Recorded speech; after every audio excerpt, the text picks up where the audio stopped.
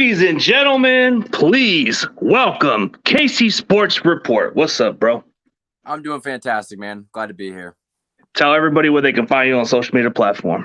Sure thing. You guys can find me on Twitter. That is at KC Sports Report. Instagram is KC_Sports Report. And then just YouTube is KC Sports Report. Yeah, man, that's great, man. But speaking of the Kansas City Chiefs, man, a lot of interesting stuff during the offseason, man. What are you looking forward to, man, as far as your season from last season's recap, man? I think free agency is always a fun time period because you have a chance to kind of correct last year's shortcomings. Obviously, we would have liked to go to the Super Bowl. Honestly, I wake up every now and then and think, how the hell did we not win that game? You know what I mean? Like, we were up by, I think, 18 at one point, and we just kind of let it slip away. And so, now as a content creator, now someone who follows the Chiefs, it's documenting and predicting each and every single move the Chiefs have to make to get back to that point. And I think just like the Niners, I mean, the Chiefs are on the cusp of it. It's just you got to nail it this offseason. And as we've seen with some of the other teams in the AFC West, getting Russell Wilson, Khalil Mack, the division's got a lot tougher. So the Chiefs are going to have to make moves to kind of keep up with that. But it should be a next really fun week or so. Yeah, it is. I mean, you're talking about Kansas City, a team that was just very close to getting to another Super Bowl appearance. Then you're talking about San Francisco, who just blew a 13-point lead or a 10-point lead against the Rams. And this could have been a potential Super Bowl 54 rematch. Like, we were just that close. Like, there was a chance that maybe this would have been the most watchable Super Bowl. But, man, this would have been something to talk about during that season, man. If we would have just held our leads, man.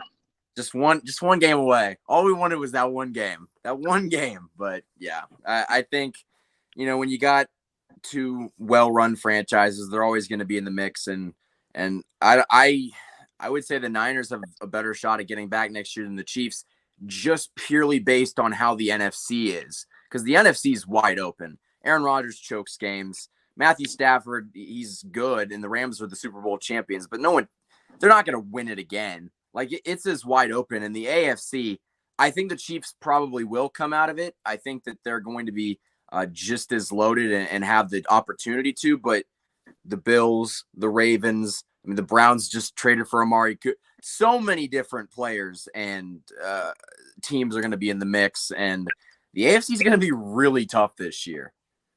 It is. It's pretty stacked with the way you're talking about. The AFC West is getting super competitive with Denver Broncos acquiring Russell Wilson and then the Chargers adding Khalil Mack. That is a scary combination with Bosa and Khalil Mack. Like, man, it's not looking good for KC in some perspective, but I still think you guys are still going to probably be the favorites to win that division, whatever goes on from here. But, man. Honestly, the Khalil Mack acquisition for the Chargers, it kind of made me angry because not that the Chargers got Khalil Mack, that didn't scare me, or that doesn't make me mad. It's just like the Chiefs need a pass rusher so badly, and you see the Chargers out here trading like a fifth and a sixth, or a third and a sixth, or something ridiculous to get this guy. And I get it that they're eating most of his cap space, but the Chiefs need to make one of those moves because they need a pass rusher. Yeah, you definitely guys do, but it depends on the cap space. Like, what's the current cap space for the Chiefs? So that's a good question. The Chiefs released one of our linebackers, Anthony Hitchens, which saved $8.4 million in cap space. Frank Clark, who we're going to cut, but if you cut him post June 1st, you save a lot more money. I think from what I saw correctly, if the Chiefs, because they're going to restructure Mahomes' contract every single year. That's what they signed him to do, because the way that his contract is laid out, you can restructure him and like turn it into like a bonus, and it doesn't count against the cap. So they're going to have, after extending Tyreek Hill, that's going to free up more money, which is crazy that I said that, but it's just pushing it out and making it longer. But I think you're going to extend Tyreek, give him more money, which will actually make the cap space more. You'll probably restructure Joe Tooney, restructure Patrick Mahomes. You'll cut Frank Clark. And I've seen reports that the Chiefs could have like $50 to $60 million in cap space. Yeah, and then speaking of, that's kind of interesting how you guys are able to still maintain some of your core players. But I know Tyrann Mathieu is going to be a free agent. But speaking of one of your guys that's hitting free agents, I'm hearing a lot of links towards the Niners maybe considering to get this guy, Travarius Ward, man. Like, can you give us any details of how good this guy is or anything like that? I mean, I've seen his name pop up every now and then from your guys' team. Funny enough, I actually wrote about him last night for my website, which that'll be coming out later today. So that was actually a very well-timed question. I think Travarius Ward's a guy that has improved every single year he's been in the league. He wasn't locked down by any means, but he's a solid corner. Like, you're not going to be disappointed with picking him up. But as I kind of said in the article, which will be available at kcsportsreport.com, is that I think someone out there, whether because it's the Chargers and the Niners that are interested in him, allegedly, they're going to have to like pay him hefty. Like, his market value, according to Spot Track, is $9.9 million. I wouldn't be surprised if he got 11 to 12 a year. And I don't know if he's worth that. And that's kind of why I think, I like Travarius Ward back. I think he's been a solid player for the Chiefs. He was an undrafted free agent that, we took a chance on from actually the Dallas Cowboys, and it's worked out phenomenally. But I don't want to pay him $13 million a season when I think the value is just not there. So if you could get him, I think you should definitely go get him. It's just the price is going to be the biggest question. Yeah, I'm hearing a lot of this, like he might be in the same close market as J.C. Jackson, Stephon Gilmore. I don't know. That's a little too much for a guy that just was with your team, and everybody kind of looks at it more like I was on a show with Grant Cohn the other day, and he was talking about Travarius Ward, but he says, man, if Kansas City ain't going to re-sign him, then that means he ain't good. And I'm like, I don't know, man. Well, see, and that's the thing. Like, the Chiefs have a track history of really not spending a ton of resources in the secondary. Our number one corner right now, L'Jarius Sneed, was a 4th-round draft pick in 2020. We don't have the big name cornerback that's going to lock you down. We just have a lot of guys that are consistent and able to do pretty good jobs. And our secondary has been pretty good the past couple seasons. I think Travarius Ward's a guy that for sure is a good addition. I just have a question on the money, because I think if he gets in a bidding war, I don't want to bring him back, because I'm not bidding over Travarius Ward. He's good, he's solid, and the NFL overpays for solid cornerbacks because there's good and then there's really bad and there's really not much in between. But I don't want to pay him above market value. I think he's a good player, and if you did overpay for him, you might look at it and say, you know what, we need that. It's just the price of a good corner. But the Chiefs have too many other pressing issues right now.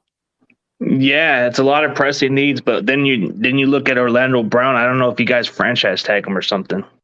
We did. We franchise tagged Brown. I think they're going to extend him. Look for him to get anywhere from like $18 million to $21 million a year. I really hope we don't overpay for him. I'm not the biggest Orlando Brown fan. He's not bad by any means, but we traded for him, and I thought he was going to be like a top 5 left tackle in football. He's average to slightly above average, and I think he's going to get better, but it just worries me because last year when he went up against guys that tried to go inside on him, he did well, but anyone that had speed, like Micah Parsons or Myles Garrett, gave him a lot of problems. Like, he struggled against some speed guys, so that not a great look, but hopefully he'll get better.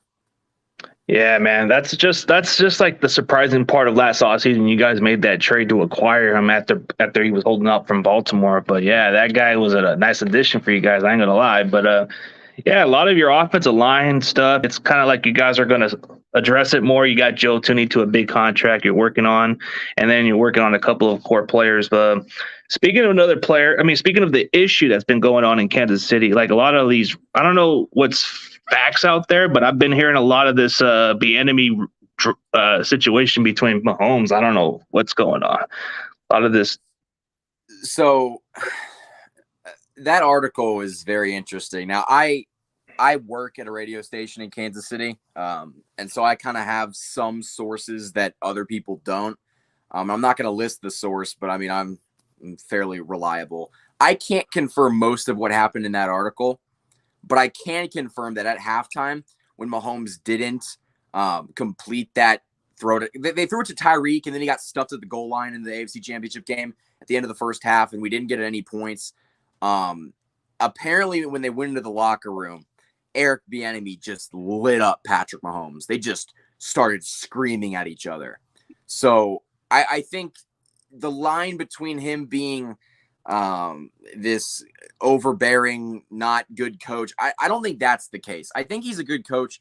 I think that the article is probably a lot of overhype. I don't think he's that, like, everyone in Kansas City loves him, and specifically in the locker room. But I think that, we've seen it before. Like, sometimes he'll just get in a shoving match with one of the players on the sideline. It's just kind of the fiery guy that he is. But it's very strange that he isn't a head coach yet. Yeah, he's more qualified than some of the candidates out there. Like, I mean, no disrespect to Houston. Why would you get a guy like Lovie Smith, whose track record previously has been very bad since he left the Bears? I mean, Yeah, that's kind of. And then the Saints hiring Dennis Allen. Are you kidding me? The guy he was terrible with the Raiders. His defense is barely average. I mean, okay, I guess his track record with the Saints defense it was like a top 5, but it was never special. Yeah, I mean, I think Eric Bieniemy is not the best interviewer. I think when you think about it, the Chiefs, not trying to flex, but like, the Chiefs are deep in the playoffs every single year, so he doesn't have the time to go interview with these teams and give everything because he's got to prep for the next game. So I think that could be a reason why his interviews aren't the best. I really don't think race has anything to do with this. I think, he's got some stuff in his past. I don't think that's currently what's holding him up. I just think that, the hesitation between these teams is Andy calling the plays or is Eric Bieniemy calling the plays? And then Andy's like, Eric, you are calling the plays. And our offense at times this year was not good. So that's almost like, well, is Eric Bieniemy good? Is he bad? Like, I don't know. Like, I'm kind of split. I'm leaning towards he wouldn't be the best head coach. I think he's a great leader of men. Like, I don't know if there's anybody out there that could rally the troops like Eric Bieniemy, but I don't know if he'd be the best coach because I don't know if his offensive play calling's any good. Yeah, that's the only question mark that they look at is because of the Andy Reid coaching tree, and plus he's kind of been around a lot of good talent. So it's like, can he actually build around a good team like the way it's going on? Like, he could have been a really good fit for the Saints or the Texans for a rebuilding culture, but it would have took some time. Kansas City's got a winning culture. They are winning under Andy Reid. So anybody who takes a coaching job out of Kansas City, they're just going to get it out of Andy Reid's resume. They're going to say, hey, I work with Andy Reid, so I'm definitely more qualified. Or Sean McVay. I could even argue that Eric Bieniemy might be the most qualified candidate, like, under the Andy Reid coaching tree, like in recent memory. And I'm talking about guys that have gotten jobs like Matt Nagy and I mean, Brian Dable was even under the Andy Reid coaching tree at one point. Well, no, don't quote me on that. He was in Kansas City. I don't know if he was with Andy Reid, but I think Eric Bieniemy is qualified. I think he deserves the opportunity. Whether or not he's good, I don't really know. But he's worked hard enough and he's done enough to get the shot.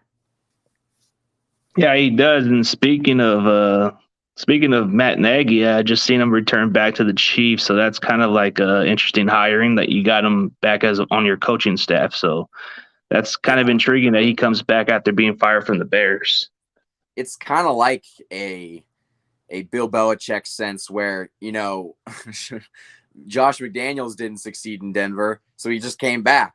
Like, there was guys, or no, did he not? No, he went to Denver, I'm pretty sure. No, after Denver, he went to the Rams for one season as an OC, and then he went back to New England. Because I remember he tried to go to, I think he was going to go to the Indianapolis, and then he just didn't. So then, but anyway, so like, you could see with Belichick, like, he retained some of the coordinators that don't work. It's kind of what Andy Reid's doing right now. I'm not gonna lie, if we make Matt Nagy our offensive coordinator next year, if Eric Bieniemy moves on, which is kind of what this move seems like to me, I don't like it. I don't. And that's kind of why I was hesitant to bring him back, because I know Andy's going to try to give him a bigger role because it's just what he normally does. So I think if Eric Bieniemy leaves this next offseason, because he is back for this year, Matt Nagy will be the next OC, and we'll see how that goes. I don't think it's going to go very well. Yeah, his track record, because he was offensive coordinator for you guys, and I guess he got hired because of all the offense he had with Mahomes and Alex Smith at the time. So, a lot of his track record was impressive. But like you said, it's nothing compared to what the enemy did. So it's like you got two different play callers with two different styles, the way they work under Andy Reid. And a lot of the stuff that you guys build around Kansas City, it's like a lot of the offense is very explosive. West Coast offense, kind of very similar to what the Niners are doing, very differently. But you guys are more of a passing team compared to us. Yeah. We'll get into that debate later because I want to hear your thoughts on it. I'm going to save the question for later. But yeah, our offense at times, like 2018 Chiefs offense, when they had Kareem Hunt, it was the greatest offense I've ever seen. If they wanted to score, they were going to score. They scored I think they averaged 35 to 38 points a game. It was insane. It was absurd. And that was the year that they played the Rams and they both dropped 50. Yeah, that offense was insane. But I don't know if the same thing would be said for Matt Nagy because he only had Alex Smith and he didn't have Patrick Mahomes was on the team. But in 2017, when he was the OC, he had Alex Smith, and Alex Smith, I think, had a career year. But Alex Smith was never a guy that was going to win you the big game. Yeah, he was a game manager throughout his career. He was just nothing more. Even when his first start in his career, he was just labeled as a bust for us for a little bit. And then Harbaugh turned his career around. And as soon as he came to Kansas City, man, he put up some good numbers. So this was kind of like having a Trent Green on your team in a way, because Trent Green was one of your good quarterbacks at the time. Then you had one of the best tight ends to ever play this game, Tony Gonzalez, man. That dude's a no doubt one of the best at the position. I mean, no disrespect to Kelsey, no disrespect to Gronk. I just think TG's the GOAT at the position. Oh, yeah. Yeah. I mean, I looked at Tony G's stats the other day because there's a legitimate comparison between Kelsey being more talented than Tony. And I think that's a very valid argument. But Tony G played for 20 years and has double the receiving yards than Kelsey does. And I think Kelsey will probably get close to catching him because he's just that good. But yeah, it's kind of insane how consistent Tony G was at being the best. It was insane. Yeah, it is. But then when you speak of the comparisons, I know Kelsey and Kittle are very good comparison arguments because they're both playing at the highest position. I know when it comes down to Travis Kelsey, he can run the routes, he can catch and make the plays. Kittle, he does it all. He'll block, he'll either just catch the ball at the yards. I mean, this is what makes it so interesting about these two tight ends, man. They just have a really good personality on the field. So that leads me to my question. Who do you think is better? Because I've had this argument and I've gotten to the point where I don't even see it as an argument anymore. I think Travis Kelsey's eclipsed that. And I think part of it is because I know there's different opinions. I know Travis Kelsey's a red zone threat. He's been the most consistent player, very durable. George Kittle, we already know when he's healthy, he can do it all. I mean, I don't know, man. I could just say Kittle, but then that would be biased on me of saying it. But the guy's never healthy, so I could just give the lead to Kelsey because he's been the most consistent player for you guys. Well, I mean, let's say both are healthy. Both are 100% healthy. That that they're going to stay healthy. Who would you pick? That would be a tie between them because Kittle and Kelsey. But then if I had to go by the red zone difference, I think Kelsey would barely get a little tip of it over Kittle. Because my thing is, I think Kittle's a good tight end. I think he's very good at blocking. I think Kelsey's blocking is a little underappreciated. He's a very good blocker. And the year that I think it was last year, he had one of the higher tight end blocking grades. But also, I think we kind of don't think about how insane it is that a man that is so big is able to just be so light on his feet and expose guys that are much faster than him. Like the linebackers, he will destroy a linebacker. You can't guard him. He will find a way to get open. And I don't think we've seen a tight end in NFL history like Travis Kelsey. I think he is arguably the most talented of all time. Well, he's the most gifted one out of all of them, but Kittle's the more jack of all trades. I mean, but Kelsey's been around a while, so there's a difference, and he's elevated himself. I think he was either a third round pick from Cincinnati. The only problem with him was the off the field issue as a draft prospect. But you guys took that flyer, rolled the dice, and hoped that this kid would pay off, and he's ended up being one of your best tight ends besides Tony Gonzalez. So I mean, I'll give him his credit. I think you could argue that he's better. I really do. And I love Tony G. I think Tony G is the best right now, like of all time. But I think by the end of Travis Kelce's career, like he's got 5 or 6 consecutive seasons of 1,000 receiving yards. That's absurd. Like no one's ever done that before. He's broken the tight. George, that year that George Kittle broke the tight end receiving record, everyone kind of like lost their mind and everything like that. But we seem to forget that Kelce broke it an hour before. Remember that? Because he broke the record, and then Kittle got it just shortly after, and then like 2 years later, Travis Kelce like put up like 200 more yards. Like it is insane what Travis Kelce's been able to do, and I like George Kittle, but I also think it kind of comes down to like how valuable one is, and I think what Travis Kelce's skill set is more valuable to a team than what Kittle does. Yeah, like when you look at Kelce, I mean, I'm not going to deny it. I mean, this guy's been the most consistent tight end. He's been durable. He's been available. I like the way he runs his routes. Like, that's what makes him outstanding as a tight end. Compared to Kittle, I like that he blocks and does everything consistently. He's not selfish for a lot of targets. He gets the job done. But like you said, you made a good argument. This guy, Kelce, has had 5 consecutive 1,000-yard season, and he's a red zone threat. So a couple of years ago, you could have made an argument that maybe Kittle was a bit better. But now that I kind of see what you're saying consistently, he's been a red zone threat. He's broken the tight end record. Man, it kind of makes me makes it sound like I'm going to get heat for this. But I might have to say Kelce's just a little bit better than Kittle at this point. But Kittle, when healthy, he's very consistent for us, and that's what makes him outstanding. Yeah, I think also like Shanahan doesn't, if he is the great, like if Kittle is as good as like what we think he is, like why don't they target him more? You know what I mean? Like go after the guy.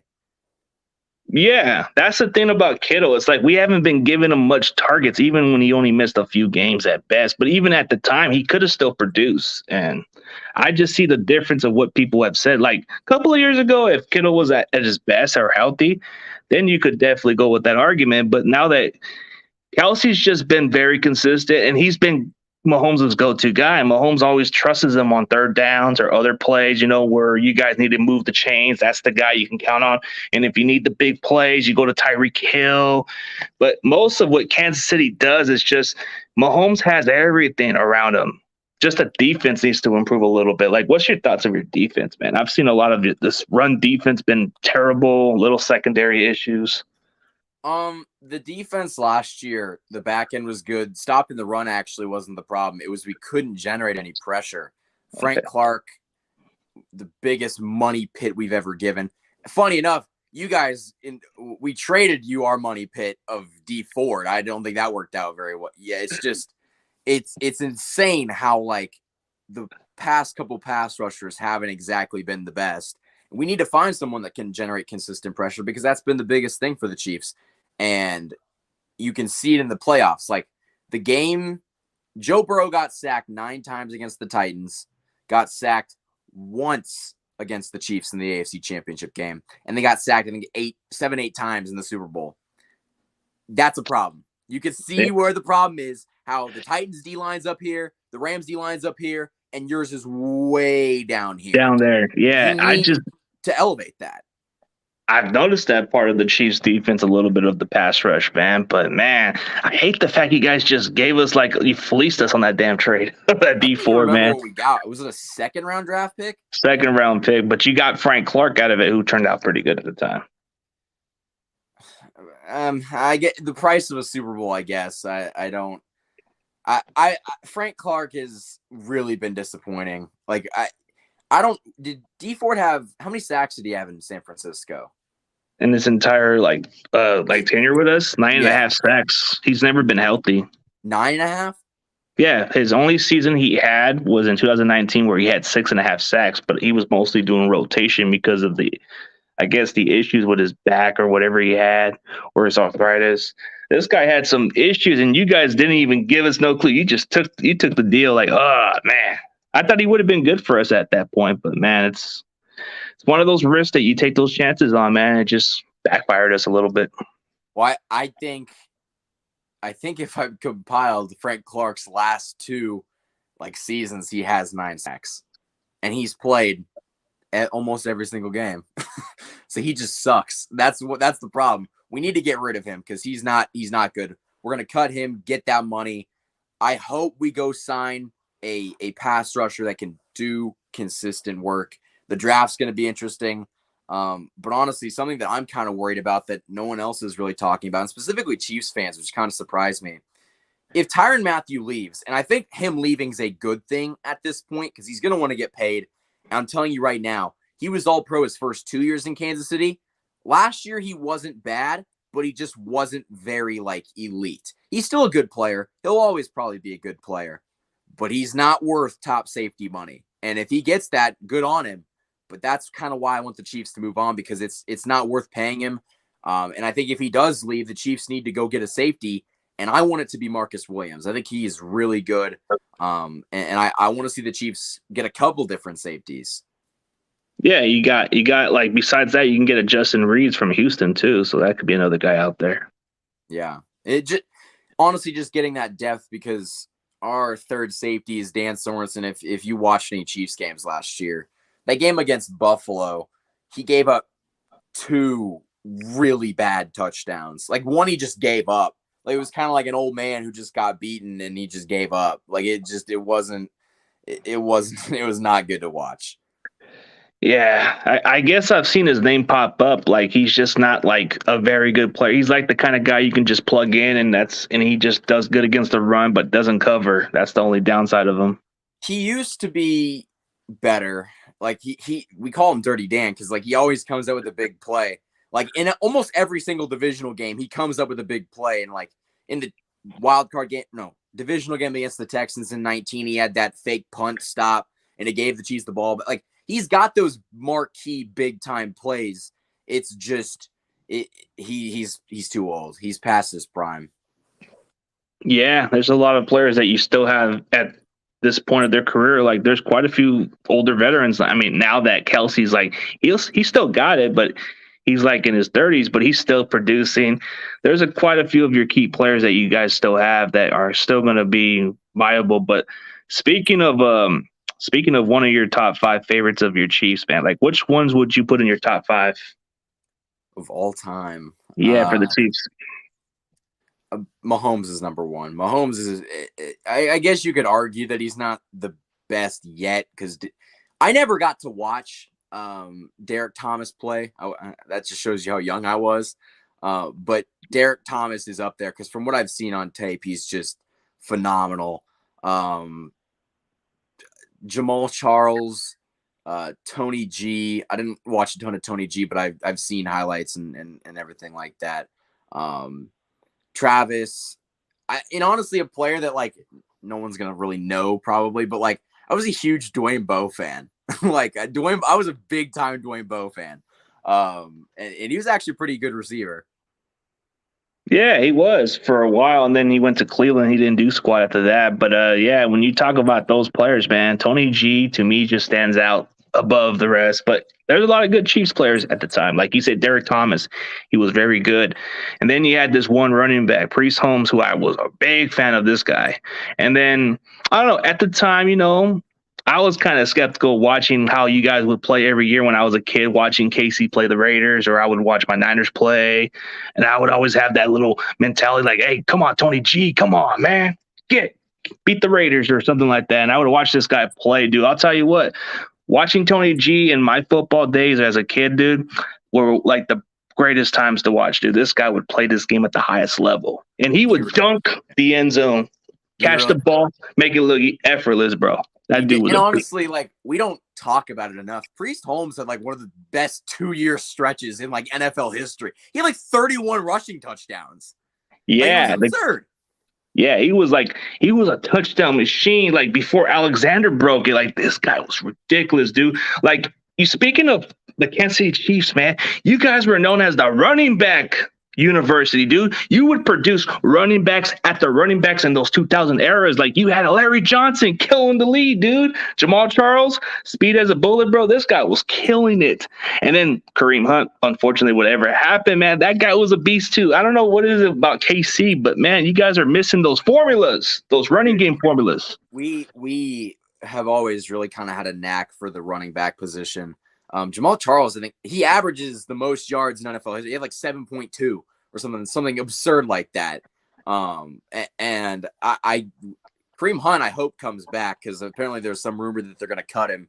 But I think what happened with him was unfortunate. The guy that we have now, Clyde, I'm not the biggest fan of. He's average. I don't think he's very good. And our offensive line's pretty good at run blocking, and he just hasn't really excelled. But, you know, the Chiefs are in a position where they have other needs, and they don't need to upgrade from an average running back at this point, especially because, like, with Mahomes, you're throwing the ball. You're not running the ball. Yeah, man, that's a lot about this offense. But you guys are mostly a pass team under Andy Reid. But I think you guys need to be a little more balanced of an offense, and I think you guys will get back to the Super Bowl. But yeah, your running game has to depend on how it goes, man. But usually you depend on Mahomes to just throw the ball, sling it in like 40 times a game or more. Do this guy? I mean, no disrespect to Mahomes, this guy is definitely carrying you guys, and he's putting this offense behind his back. I think that's the biggest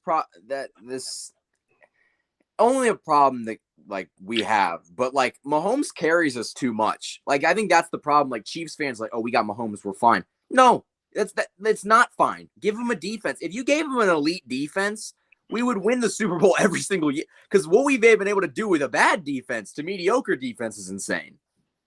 Yeah, you know what? Your argument is right, dude. If your defense was good, like the way it was built, like the Niners defense, dude, I think you would have guys won like at least multiple Super Bowls by now. But your defense has been your Achilles heels. Like at one point you had a run defense issue, but then you said it's just a pass rush now. And then some of your secondaries, but you don't go for the big names a lot. So you got a guy you just drafted in the fourth round from La Tech, like that Snead guy, and he's not a big name you just talked about. Travarius Ward, not a big name, but he's going to get a big market out there, which is ridiculous. I don't know how you're going to get some guys like that, man. I don't know how they overvalue players like that, man. I don't know, but I think Veach, who is our general manager, I think his mindset's, I've gotten these guys before. I'll do it again. You can spend the big money. I'll get them for cheap. I think that's kind of what he's leaning at. But, you know, to say that we couldn't have upgraded from Travarius Ward, that's just a lie. We could have. He did the job. He did the job really well in 2021. Arguably one of the better corners this year. But I think it would be foolish to pay him big time money. Yeah, it would for some reasons, but then looking at one of your best D line right now is Chris Jones, man. He's probably the only one you guys got that's one of your best defenders. Yeah, he's really good. He's really good. If he would have played inside instead of at defensive end all season instead of just midway through when they transitioned him back, he would have had like 15 sacks. He would have been in the running for Defensive Player of the Year.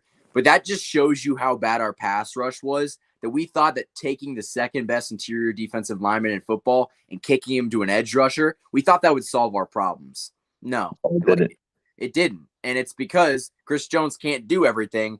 And think about how good Chris Jones would be if you gave him some talent on the edge. That would just take the pressure off him, because if you had that guy that could win one-on-one matchups, it would just be over, because then eventually they're going to have to start like just playing everyone even. And that's when Chris Jones would thrive.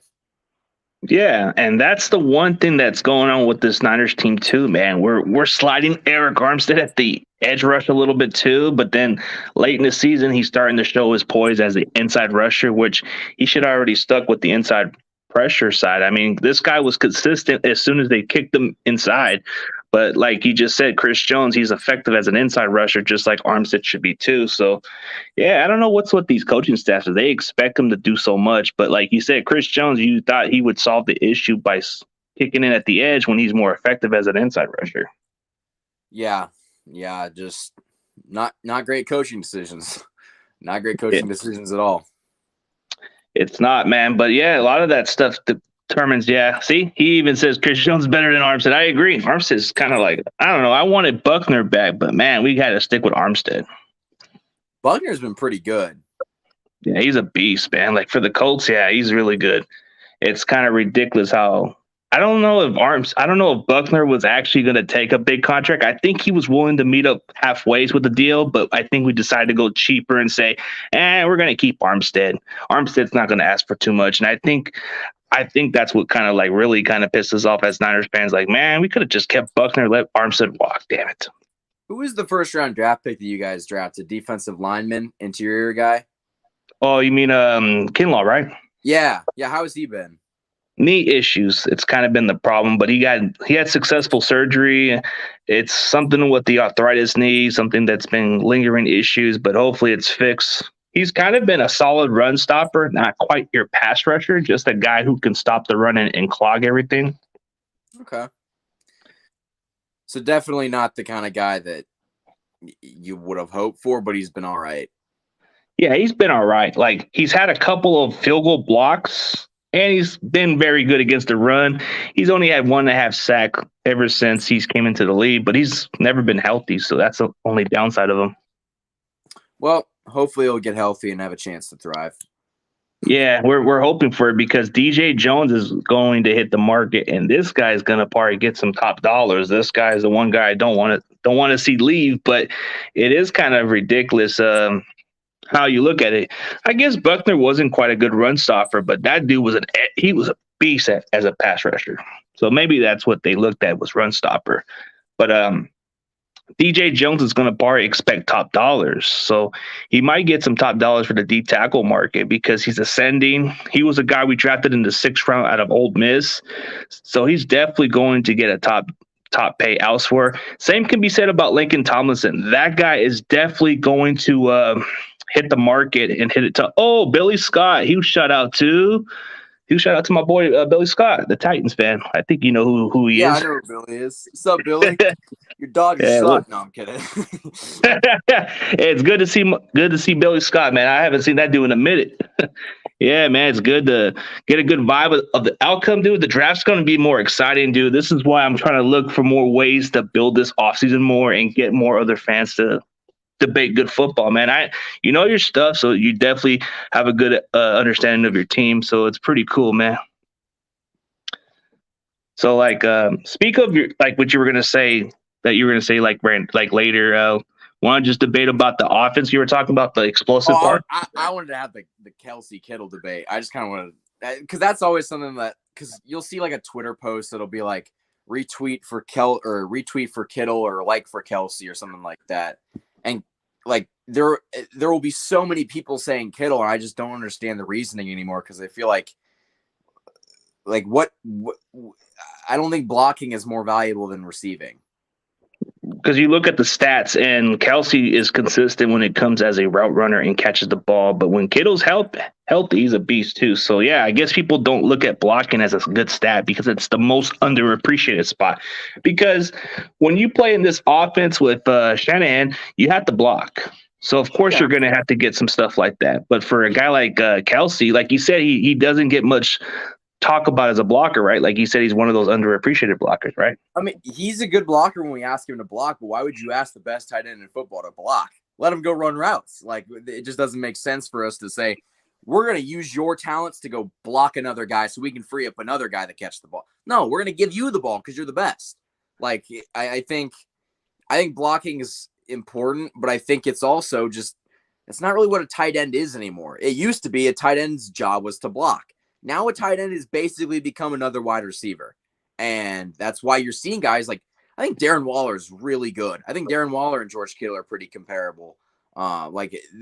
You see Mark Andrews, like these guys can catch the football and they can block, but that's not what they thrive in because it's not really the position anymore. Yeah, definitely is. I mean, tight ends in today's NFL, they are starting to become more like wide receiver type numbers. Like, look at Travis Kelce, Kittle. They're putting ridiculous stats. Darren Waller, you just brought up. This guy has speed like a wide receiver. I think Darren Waller was a receiver coming out of Georgia Tech, and he had a switch from tight end, which was a good transition. And then you had Mark Andrews, which I'm an Oklahoma bias. This guy is a beast. Probably one of the better receivers for Baltimore. If I had to go by who was the better receiver, Marquise Brown was a good deep burner, but as far as Baltimore's consistent target guy, it was always Mark Andrews. So that's how I looked at it. Yeah, and Darren Waller can fly. He's probably the fastest tight end in football right now. Like he can move, and he's really, really good. He's really good. Yeah, I had him on my fantasy team a couple of times, and this guy was giving me some big amount of points. So this guy was consistent, and he was the better weapon. Oh, CG, I'm not here to twist your nibble. This guy's funny. You gotta like my boy Tommy, the titty ants. Oh man, this is that's what I like about all my followers, man. They got some good funny humors. Huge shout out to my boy Tommy with the $2 donation, man. Yeah, the Kansas City Chiefs, dude, this is what I definitely like about your team in general. I didn't kind of seem as bitter with the Super Bowl loss like most of the Niner fans are. If it was that other game like the Baltimore Ravens, I'm still going to get better by that. But for some reason, I have a little special heart for Kansas City, because of my brother. He liked that team also. Quite a few of my other families who are KC fans. So I don't have no hate against you guys like most of you guys would think. Yeah, I wish I could say the same for the Bucks. No, I'm not the biggest Bucks fan after last year, but honestly, like losing that Super Bowl hurt like really, really badly, but winning it the year before like was a lot better. And I watched Super Bowl 54 highlights the night that we lost because it's just like, all right, we got to feel the rush again. But yeah, that time was so awesome just because like everything, it was pre-COVID. It was a month and a half before COVID or something like that. So it's just kind of like that time period will always be special. And the way the city kind of came together, like it was a really special time. And you guys have been consistent. I think you'll get back there soon. Hopefully, man. I mean, there's just a lot of things I look at, Kansas City. I think you guys are still going to be good, even though this division will be tough, but it depends on Denver if they can actually capitalize. The Chargers, I don't know what to expect out of them. Like they seem like a really good team, but they choke and they don't play good consistent. Like I want to see how consistent they can play with Justin Herbert before I'm more convinced. And as far as the Raiders, I just don't know, man. It's like they kind of give you the flashes of maybe they are playoff worthy. Then I don't know, man. It's like I don't see consistency. Like I like Derek Carr. Don't get me wrong. He's a good player, but just not the kind of guy you expect to carry a team and take you further. Nah, he's the kind of guy you build around him, and then maybe you guys have a chance to make the playoffs and go from there. That's how I look at it. But Patrick Mahomes, you can build a team around him, and this guy will take you further. Yeah, I think the Raiders are screwed. Like they don't have the talent to compete with now the Broncos and the Chargers. I think the division is going to finish with Chiefs 1, Chargers 2, Broncos 3, and Raiders 4. I think the Broncos will be better. I honestly could see all three or four teams making the playoffs from the AFC West. The AFC West is the best division in football, and it used to be the NFC West that was the best. I think now the AFC West is just significantly better because like everybody, like Russell Wilson, Justin Herbert, Patrick Mahomes, and Derek Carr's no slouch. Like it's kind of absurd how good this division has become quickly. Yeah, I'm not gonna say anything about it, man. This NFC West is the best division when it comes to defense and the way we play, but you guys have the more explosive stuff, so that could be the more intriguing part. And as far as your prediction, man, like you just said, that the AFC West could have 3 teams, but the Raiders, man, I hope you're right about that one because last season you had 3 of the NFC West teams going to the playoffs, just not Seattle. So hopefully you're right about that one. Yeah, I think I don't think the Raiders coaching staff's any good. And I don't think that I just don't think that they're going to be able to keep up with everybody else. Yeah, the coaching staff, that's the most questionable mark. I mean, it seems like an intriguing hire because Josh McDaniels doesn't usually take any jobs, but you're like figuring like, has he matured ever since that Broncos job? I mean, we'll wait and see what happens. But that's the one questionable mark is Josh McDaniels going to be a different coach this time? Because the last time he was coaching, he made some ridiculous trades, getting rid of Jay Cutler for Kyle Orton, getting rid of Brandon Marshall for what they gave up for. And then he drafted Tim Tebow, who was just big name hero guy, but wasn't like an elite quarterback. I mean, I don't know how this guy was overhyped. It was the touchdowns or whatever he did at Florida winning national championship, but for whatever reason, he thought he would be the guy. And man, that was ridiculous by Josh McDaniels. Yeah, I don't think he's going to be very good. I don't think he's a very good coach. I don't think he's a very good coordinator. When was the last time you're like, damn, that Patriots offense, whoa, maybe a decade ago, almost like 15 years ago when they went almost undefeated. Like, that was a good offense. But they haven't, I mean, I guess they've won Super Bowl since then, but their offense wasn't really the reason why they won. It was more just like manage the game. You had Tom Brady, he was going to do his thing. And then just the defense. Like, Josh McDaniels, I don't think is really that good. And I remember seeing his play calling with Cam last year. It was terrible. Like, really, really bad. I just don't think he's going to be very good. That's the one questionable mark, but we'll see what he can do with Derek Carr, unless Derek Carr is going to be traded. So we'll see. Yeah. There's been talks that maybe there's some teams pushing for Derek Carr, like the Colts are in the mix also. There's different kind of mix of buzz, but maybe it's not the case. Maybe the Raiders are very sold and they're going to give him his contract. I'd be interested to see if Derek Carr could win a Super Bowl with like the Colts. Because the Colts have the team. The Raiders really don't have the team, but I think it's odd. Like, I don't know why the Raiders aren't really as successful. I think coaching has actually a pretty big part in it, and I don't think Josh McDaniels is the answer there. It's a lot to do with the front office too, because the guy who owns the team is pretty much a clueless guy. So yeah, terrible haircut too. Needs to get that. And terrible car taste too, man. Like, who drives a teenage car? Come on, man. What does he drive? He drives one of those, I forget what it was, like the small little bug cars or something. Yeah, that's California for you. Not Las Vegas now, but yeah. But yeah, I guess. Yeah. So, yeah. And then he kind of reminds me of the guy from that. What is it? The wimpy kid guy character. I forget his name, but the little punkin' hair. That rally dude. Yeah. Like, he's all grown up owning that franchise. yeah, for real. Yeah. I don't think he's very good, and that is a problem. And you saw the Vegas portion of the football. It has not exactly been the best experiment yet with all the different distractions off the field, and yikes, not good. Yeah, that's what it is. But speaking of your draft crush, man, like is there anybody a player that comes to mind that you want the Chiefs to draft?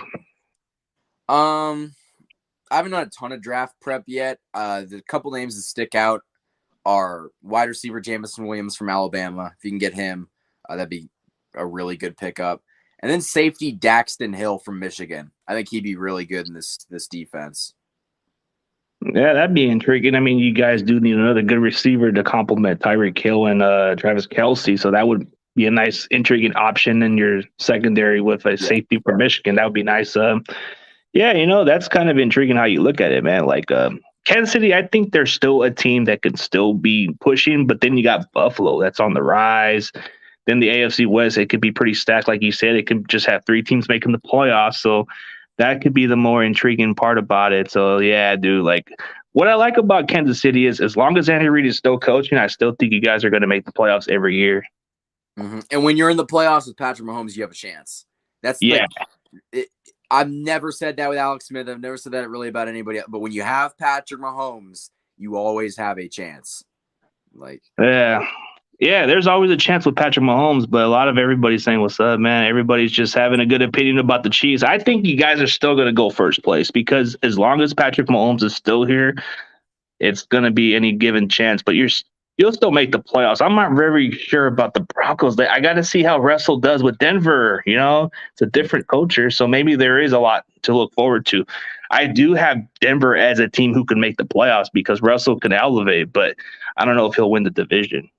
I think they could make the playoffs too. I think they're talking about Super Bowls. They haven't made they haven't beaten us in like 6 years. They haven't won in the last 13 games. That should be their first goal. But they're going to have a good chance. I think we'll probably split with them, which I haven't said in the past 6 years, but they'll probably split with us, and they'll be a team to watch. But Chiefs are I think they're better, still, because they have the best quarterback on the planet. Yeah, they do. But I guess Tommy's asking you this one question. Explain the Chiefs choking in the AFC Championship game. it was honestly, that was the only game that I've ever seen Patrick Mahomes not finish. Like in the first half, like he could do no wrong. It was absurd, but he just kind of like they fell off in the second half. I think he kind of pressed a little too hard, like tried to do too much, and the coaching decisions weren't good. I think the play calling got stalled. I think that was a big reason too.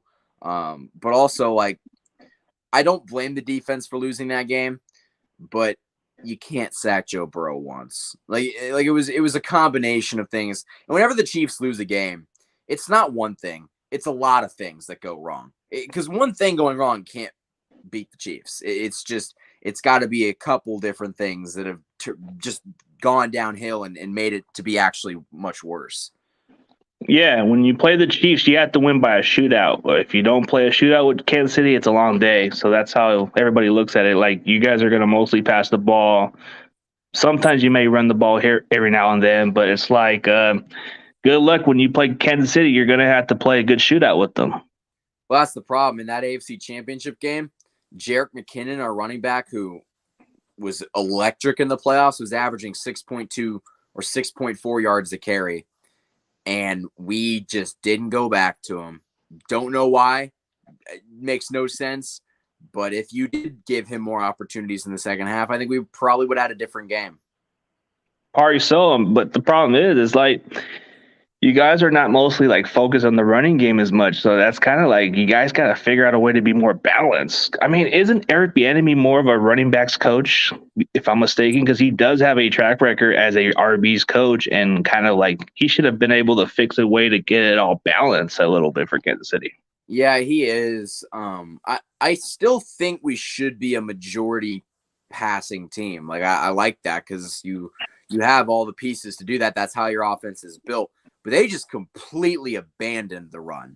Like, I don't know if they really gave any real shot at least giving a chance for one of their running backs. And the problem was, like, Clyde, the guy that is our current RB1, I guess you could say, the draft pick from a couple years ago, first rounder, he isn't better than a lot of the other guys that we could have played. Like, for whatever reason, he might have more talent, but in our offense, he just doesn't fit for – what the Chiefs are trying to do. Yeah, you guys just need a good fit for this offense. But like you said, Jerick McKinnon, I don't know. This guy just wasn't everything for us, but maybe he could do good for you guys if you guys use him a lot. I think he's healthy. He's really good, actually. Yeah, he can catch the ball at the backfield. He's tough to tackle, but he just hasn't panned out with all these injuries, man, and that's what sucks. Yeah, I agree. So name at least one free agent target that you want Kansas City to get. Like somebody that comes to mind that would be on your guys' team cap space deal that you want to get. Aside from Marcus Williams, Juju Smith-Schuster. I think the Chiefs will sign him. With the cap space you guys got, if I'm Juju Smith-Schuster, man, I'm probably saying, man, I go from Ben Roethlisberger to Patrick Mahomes. Sign me in, man. I want to go down KC, man. Hell yeah, that's what he would probably want to say. And he's not even going to make that much money. I think it's going to be a really good deal. Yeah, it should be. But if anybody like a Juju Smith-Schuster, man, I'll go to KC, man. I'm gonna go catch ball from Mahomes. Why not? That's something that he should do, man. That's an intriguing target, and that would be like more like your possession receiver, and he would be a good complement for this offense for Tyreek Hill, because you need that one possession receiver. You got that burner, and then you got Kelsey catching the ball, and then you just need another good other receiver. But I mean, as far as your guys' depth, you guys got this. What is it? Byron Pringle and that other dude, forget that other dude's name. The one you guys got, Mark Robinson, whatever his name is. Yeah, Demarcus Robinson is trash. I hope he gets fired out of a cannon. I don't want to see him back. But Byron Pringle is actually pretty good. For a number 3 wide receiver, he's pretty solid. I think Mecole Hardman will probably take a jump next year. Oh yeah, another guy like him. Yeah, Hardman. Yeah, I wish we would have taken Deebo Samuel over Mecole Hardman, but it is what it is. Man, I didn't even think of it that way. But did you guys draft it before we got him? Yep. Damn. So you guys pick Hardman over Deebo, man. Deebo was right in your guys' hands. So I guess I can't say much about the about the Asante Samuel Jr. pick, man, because we went with the guard. We traded down with the Raiders for that spot, and we could have got the best corner in the draft. Yeah. You live and you learn. But, yeah, I would have much rather had Deebo Samuel. And maybe I was just me, but I don't think really Deebo was that great up until, like, maybe it was this year. He kind of exploded. Well, because they didn't use him much as a runner during those seasons. But like in his rookie year, he had 800 yards. He was like our other go-to receiver. He was very used a little bit as a runner. But then like the other previous season, he was injured, so he missed a lot of the games. But once he had a full healthy season, this season he started being utilized a lot more than expected. So Debo to me was like a questionable pick at one point because I wasn't sure about him because I'm like saying, man, enough of these small damn receivers. You know, I want that big body guy, that 6'3" guy, you know, but I guess I'm good with Debo as long as oh yeah. Talk about Kareem Humphrey. That's the guy I wanted out of the draft too. That was one of the guys I liked. But man, you guys got him. He's the best center in football. Like he is insanely good. Creed Humphrey is very good at football. And I think he will be the best at that position for decades for you guys, man. You guys, I mean, that guy is a beast, and I'm just surprised that it took him to the third round to get picked, and the Chiefs just had to be that team, man. That had to be a good pick right there.